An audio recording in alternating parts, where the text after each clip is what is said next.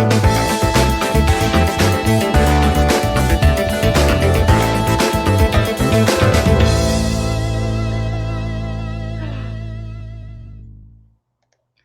don't know. I always try to dance to that music. I'm not sure it's dancing music. I can't quite. Oh, it is. It just, you get that beat going. You just got to move.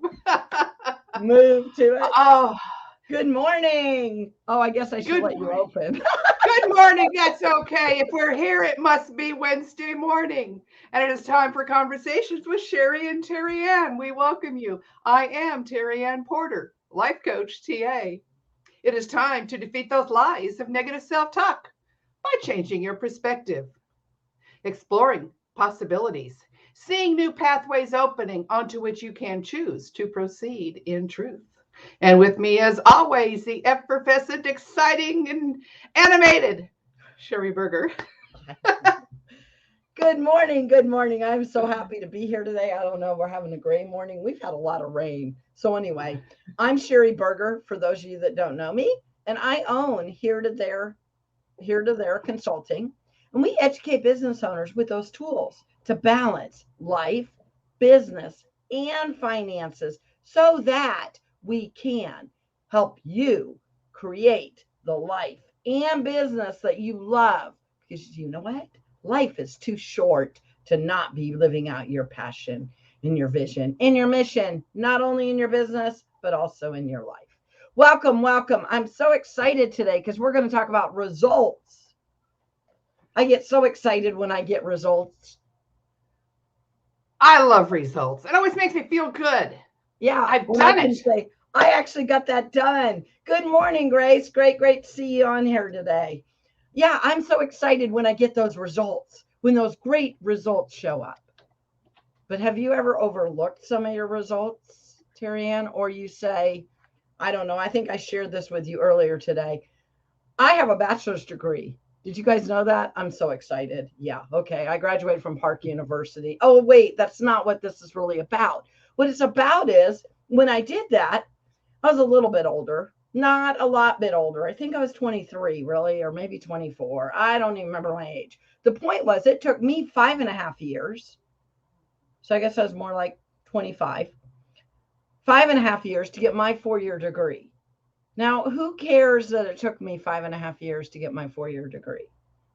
But back when we're doing it, right, sometimes we try to compare ourselves to our peers because I went to school when I was 20 and I had an 18-month-old and blah, blah, blah. It doesn't matter. And I went every other summer.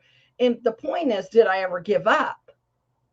Because you get the results when you don't give up, right? Even if it took you longer than you would like. But yeah. So what are some results? Oh, you have a real big, huge celebration. Oh, the way I was thinking today, and I started thinking about results. Today, my grandson, amazing young man, is 18. He graduated high school on Saturday.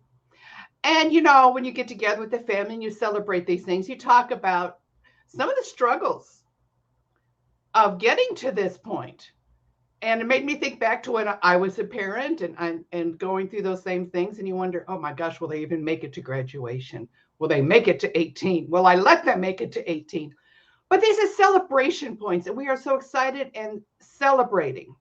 And we were talking about when we were just kind of chatting earlier. The thing about graduation is this is the end of a chapter, but now he's stepping into a whole new chapter of his life. And that's what it is with our businesses and our lives and things that we do. We're at the end of a chapter when we get our results. When you got your bachelor's, that was the end of a chapter, but moved you on into other things. And so while we're always growing, we're always moving forward, we still want to stop and celebrate along the way. It doesn't have to be a graduation. It doesn't have to be anything as major as that. But we need to celebrate and acknowledge what we've done to get to where we are today. Remember what I talked about? How do we know each other, TerryAnn? We do advanced Toastmasters together. So that's how we met each other. But I said, all these speeches that we've given, none of them, I mean, they matter. There's been some great ones. I bet you won a lot of awards, for speaking, which is great. But I said the very important speech was that first one. And the reason why that one's so important is, man, nobody ever believes me that I was holding my notes and I have a napkin, but I was holding my notes. I was shaking and I did a sprint as fast as I could to sit into my seat. They said that you didn't know you could do a 5 to 7 in 1 minute and 30 seconds, but Sheri Burger Kid, come on. And I said, I didn't care about speech. I cared about sitting down. But the point is taking those first steps, right? That first and step. doing whatever. And you and I can both relate with, well, I think you joined Toastmasters because you were scared of speaking, right? Oh, no. I wanted to speak. Oh, see, some people, they want to. And some people, if you're scared to do it, but even if you wanted to speak, you probably did it and went, I'm not that great at this. But over time, you gave better ones. You know what I'm saying? Right. Like, oh, this, maybe you even thought, this is harder than I thought. But over time, one of people's favorite questions to me now is, I wrote a book, if you haven't heard. Oh, wait, you've written. Oh, you did? Tell me about it. You've written 2 books. But what they love to ask me is, how long did it take you to write a book? And I was like, seriously? I mean, this is years and years of experiences in my book, for starters. If you don't have my book, it's really good too. It's funny when I read it and I go, this is a pretty good book. But it is. But that's not the point. It's years and years of experience, stuff I've trained on. So when did I write the first thing? I don't know. And then I tried to rewrite it and play with it. And then the pandemic happened, right? So those would be our obstacles along the way. And then I lost my second dad. And I wanted to make him proud. And I wanted him to know I wrote my book and all these other things. So that motivated me because I was like, wow, because I wanted to get it done before he passed on. That didn't happen. You know what I'm saying? So you have all these, what are those called? Motivations, whatever they are along the way. But then probably I thought in 6 months I could put it all together. But I think it took me more, maybe 8 or 9. But the point is, how long does it take you to lose 50 pounds? People love to ask me how long it took to write a book. Okay, writing a book is a process. You don't snap your fingers and it gets done. Losing weight is a process. If you want to lose 50 pounds and you think you can do it in 6 months, great. Make those goals. Try to get it done in 6 months or a year. Do that. Have those goals. But then you got to readjust, because I don't know about you. Anytime I've tried to lose weight, those last 5, 10 pounds, they want to fight with me. They're like, no. And I'm like, but wait, I just lost 30 pounds. Can't I just lose this last 5 pounds? Nope. Because it's just that yin and right. And it's the same thing when I was telling people, when you write a book, those last 5 pounds, I don't know when they're going to be done, but you need to keep moving forward and keep doing the same process. Some people say get up at 5 in the morning and write. I'm not doing that, TerryAnn. They've told me to work out at 5 in the morning too. And I'm like, 5 in the morning. I don't know. I get up at 5. I get up at 4 or 5 if I'm going on vacation. I do, to catch the plane, but I'm not real happy about it. I mean, but I can get up 5:30 or 6, but just no. And you didn't even know 5:30 or 6 were a time, did you? I only see one of those in a day. I've heard people telling me that there are actually 2 in a day. I'm still not convinced of this, and I don't intend to find out. That's exactly. So, I mean, if it doesn't work for you to get up God early, I'm not a God early. I mean, I'll get up at 5 if I have to. Do not wake me up before 5, okay? I mean, anyway, the point is, what is your time that you would want to get up or be? What is it called? They have that time when you're most productive. That's when you want to work on writing or whatever your goal is, but you got to time block it. Did you know that? Got to time block it. Yes. Yeah. You have to make it a priority. If it's not a priority, it keeps getting pushed back into the back. All right. So let me recap what we've done. April was April showers. May was supposed to bring May flowers. And now we're in June and we want to see those results of those little seeds that are coming up. But I have a problem with Kansas right now. I've tried to yell at the sky or whatever we got to do here. But we're getting April showers still, aren't we? Yes, we are. On and on. So how many times do we plan? Oh, well, we're going to get April showers. Then we're going to get May flowers. And then we're going to see results in June. But then you get those. Oh, wait, we've had storms here lately, haven't we? So you get those storms in your life or your business. And we're June 1st. Happy June, by the way. Can you believe it? June 1st. And we're still getting those storms and rains that April showers were supposed to bring me May flower. This is not happening, the weather, the way I expected, TerryAnn. I should just give up, right? Well, I don't know because you see, I put out some potted plants because I thought they're already half grown. This is going to make them. And I got to tell you what, they are really looking good right now, even with all the rain. Oh, wow. So I went to my garden one day. My garden, some of my plants got wiped out. So don't worry. I know how to go back to the store and replant. So I did that.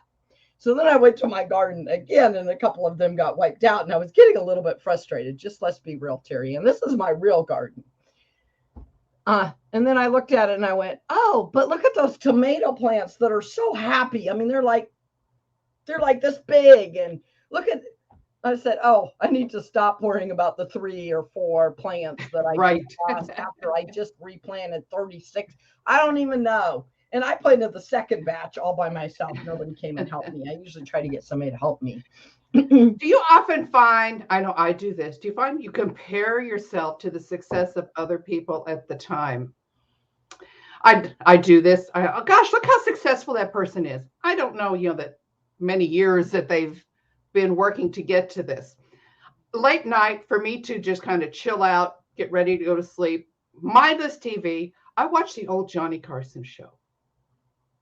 What's really interesting here is watching some of the stars that we see today or that we saw just recently as they're getting started. And that's a whole different person, or they're just getting started. Or I saw Drew Carey give his first appearance, and he got called over to the seat. You don't normally get called over to the seat there. And then look where he is today. But that night, he was just going, man, I just got to make it through this little 5-minute stand up that I'm going to do. I just got to make it through this. So I think we tend to do that. We look at somebody who is successful and we say, well, gosh, look at my business. I'm not doing all that great. Look over at that person. Well, that person didn't become an overnight success. Or I've heard the term, yes, an overnight success. It only took me 20 years to get here. We don't know that whole backstory, and so we can't compare to that. I got to quit doing that. Please tell me I'm not the only one who does that. No, you do. You have to quit comparing yourself in the same aspect, right? Let's change our perspective. Let's look at where we're getting our results. I liked what you said earlier, and I'm sure a lot of people can relate. And this is about life, like I've been married, I've been divorced. I was, what is it called? A mom at 19. Barely 19. So all these people tried to tell me, right, I'm not doing it right, or you have to go through a divorce, which is hard enough, and then you're trying to raise a kid and put yourself through school and do everything that you're doing, and then you're worried about what other people think, right? That's the same idea. Or you're thinking, well, look at them, their life's better because now they're not trying to raise a kid, go to school and work, and and I was lucky.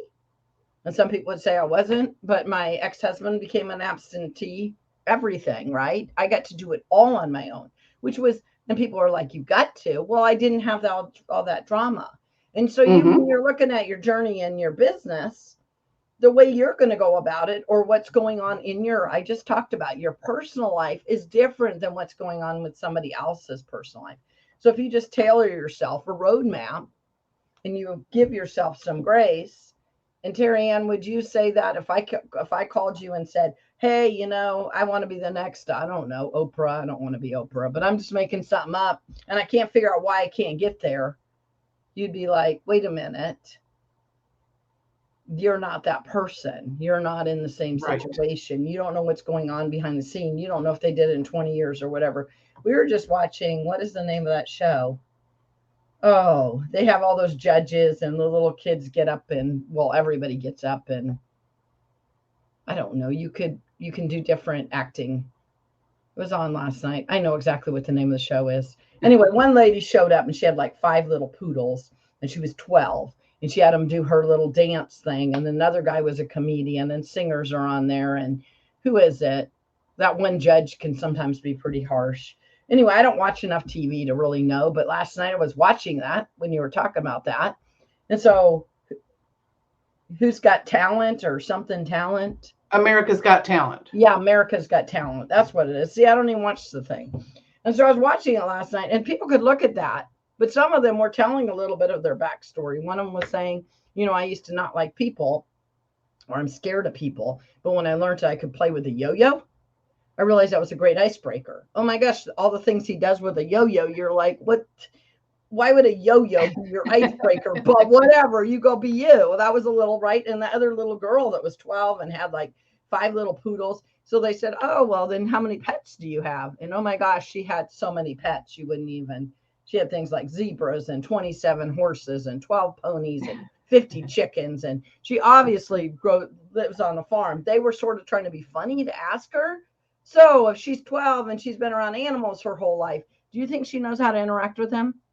So she had very well-behaved poodles. And of course, she had to do part of hers. But the point is, that was years and years, probably her whole life of being around animals, learning that they will react or not react correctly. And her parents probably instilled a lot of that in her. So sometimes we don't look at that. What all did you grow up with? What all do you have in your toolbox? You know what? I want to make sure that we have enough time, and not to interrupt you or anything, TerryAnn, but I want to hear some other people that are they having results, or have there been things like I thought I was, I got my associate's degree with, let's just talk about my degree again, which was way long time ago.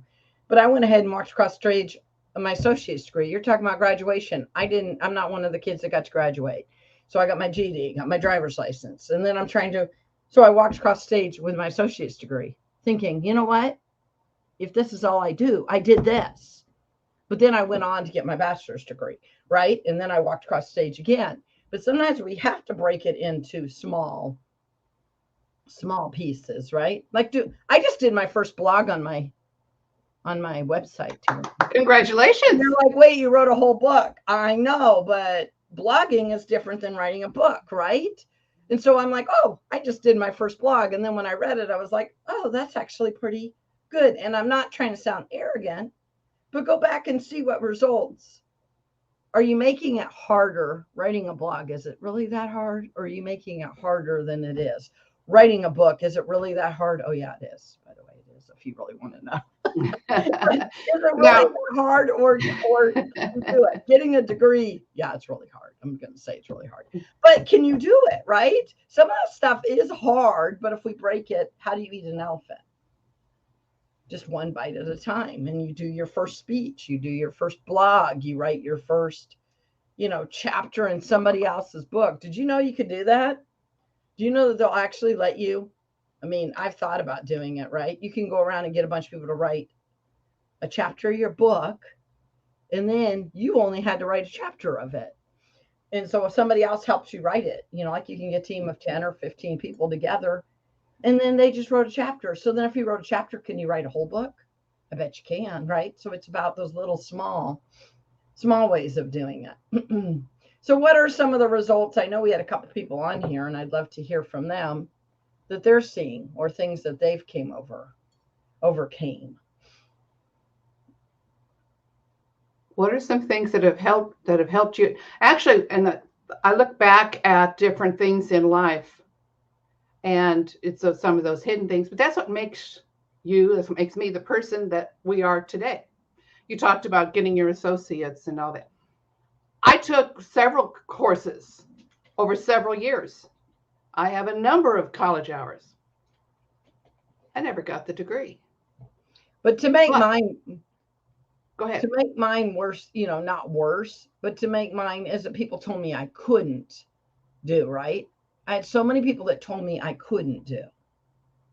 But why are you letting other people tell you that you couldn't do? Why don't you listen? I had one person that told me I could do.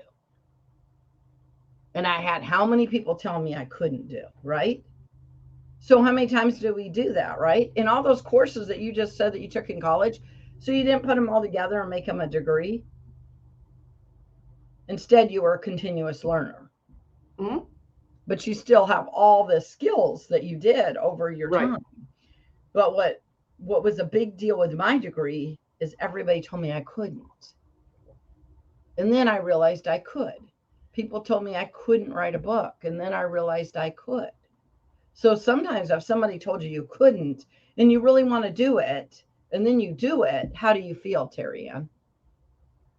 It always feels great. because then you're like, wait a minute. Why can't you? Why are you letting somebody else put limitations on you? Why don't you sit down, have a cup of coffee with God, see what you need to do next? We could take that a step further. A lot of times, we'll have 5 people say yes, 1 people say no, and we listen to that no. Yep. But at the same time, how many times have you succeeded and had somebody say, so what? Try to deflate your balloon. But aren't you having the wrong people in your life when you do that? Because the more you start listening to those yes people, you'd be shocked, TerryAnn. I have amazing people in my life. I have this one lady named TerryAnn, and I have all these other people. I mean, I have all kinds of amazing people that believe in me. And then whenever I tell them I can't do something, they're like, wait, yes, you can, and I'll help you. Putting together the summit, we put it together, but I came up with this idea. And then I was like, I'm not sure I can do it. And TerryAnn looked at me and goes, why can't you do it? I already know all this. And I go, you do? And I know that. Yeah, so let's put it together and do it. But remember when I came to you with the summit, I was like, that's a little overwhelming. But when you add up other people that have other skills, or you've done summits, I never have. So we did it together. And when you try to just go to the right people and say, hey, I want to do, what do you want to do? Hey, I want to do, but it seems hard. And then they go, but I've done that, or we can pull on resources, or we can. So find those people that are going to support you in your life, whatever that is. TerryAnn, you even supported me in writing my book. You were like, yeah, but I thought the same thing, but then I went to the coffee shop and got away from everything. And isn't that what you told me? That's, and started putting it all together. Told you what I did and how it worked for me. Yes. But you also say sometimes you just got to get away from, right? Results, encouraging topics to help us to keep moving forward. It's a strength builder when goals are reached. And she's excited about, because she has a book coming out. Linda wrote. She co-authored a book. So she has a book coming out, right? Mm-hmm. And Linda has also been way up in district. Linda's done all these things, right? And so if people encourage you, what can you do? And if it takes a team, she just said co-author, well, you got a team together. Got a team. So now you get something done. And that's what I had to do to finally finish my book, was to get a team together. I couldn't just, right? To lose weight, do you need to get a team? What do you need to get a team together? You need the support behind you. You set your mind to it. That's the first step. Well, and I love what Marinella just said. You can do whatever you want. Just need to set your mind to it. Except for I was sort of having a conversation with one of my Bible study friends yesterday. And I said, I 110% believe that. Mindset is all of it. But I do promise you, if you're not supposed to do it, God might slam doors on you. So sometimes we can do all things through Christ who strengthens us, right? Who, if we're going the right? Sometimes we're like, oh, we failed. You didn't fail. You found a way that maybe you found a different pathway. Do it that way. You're going through you're in the wrong path.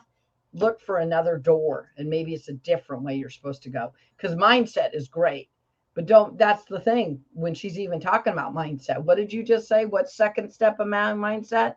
Is exploring the possibilities. The thing is, yeah, see, you've got your mindset where you want to go. That's your end result. Now, what's going to change along the way is that little path that you're going. Exactly. You're going to find different ways to get there. And like Linda just said, co-authoring a book. That's a way to get there. Congratulations. I'm so excited for you, Linda. I cannot wait, right? Excited, waiting to hear the day it's out. Because that's the thing. And you get to see. And Marinella, she's been through a lot in her life. She's right. Mindset will get you there. And then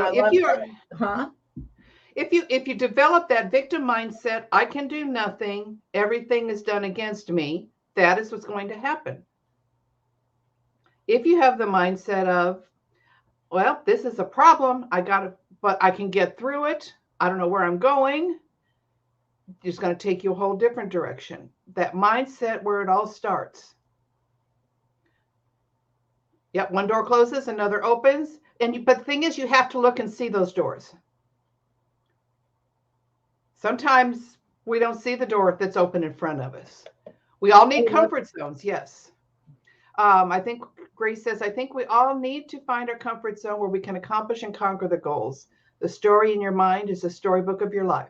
Yep. Find the right path and enjoy the journey. And she has also co-authored a book, and she's now writing her own. We've got a lot of authors in here. The great successes, results of your labors. Exactly. And I just told you, co-authoring a book is like the best. I mean, you can get it done. You can do that. It's about those elephant. I just said, one bite at a time, right? I wrote a book and then I was intimidated by a blog. I know you're like, wait a minute, but a book and a blog are two separate things, right? So I'm like, okay, now I'm going to try to do my first blog. But if it opens, what did she just say? I wrote this and now it opened that. I gave my first speech in Toastmasters. I almost should have it hung on my wall, but I don't. I should encourage people to do that. Because you're like, wait, your first speech in Toastmasters? Yes. Because guess what I learned? I had a voice and I could do more. My first book, I have a book. I can do more. You talked about, I took a few classes and it never became a degree. Yes, it did. Did you use a lot of the knowledge that you got? Absolutely. Classes? I had the degree of life. Well, and I'll be honest, I have a lot of degree in life, right? I always say nobody cares what you know anyway until they know that you care. And that's true. That's, what is that, Mike? That's in my office right back here. It's one of my favorite sayings because it's true. And it doesn't really matter that you have a degree or you don't have a degree, or if you co-author or you wrote a book or you even wrote a blog. It matters that what is those next steps that you want to take? And what are those little results along the way? And you know what we sometimes forget to do, TerryAnn? What's that? Just stop and smell the roses along the way. How many cool things did you learn about yourself in getting a degree, giving your first speech, writing a book, running your own business when it's ups and downs? Did you know running your business can be ups and downs and quite? But what have you learned about yourself? And how many amazing people along your journey does God put in your path? I mean, those are some of the things that the roses along the way that we forget, right? And then even if you had a bad day, who was there to support you on those? So to remember those. I love that. Use the roses to remind you of your results. I don't know about you. I have trouble growing. Well, I really guess I don't. I had roses and I really didn't have to do a lot to them. If I had done more, they would have expanded more, but they were the result of my going out, my labor, and I enjoyed those roses so much. So yes, the roses, the results of your labors. Look for the roses. I like that. And I love what Grace said. And some people even say that no life experience, but let's not undermine somebody getting a degree, right? I just went somebody that got his doctoring degree. We're not going to undermine that somebody else's results maybe are different, right? I mean, but it is. Degrees are not all that. Writing a book, it's not all that. Anything that you do, we were talking about that, right? You do something big and you're real proud of yourself and somebody's like, yeah, well, that's not a big deal.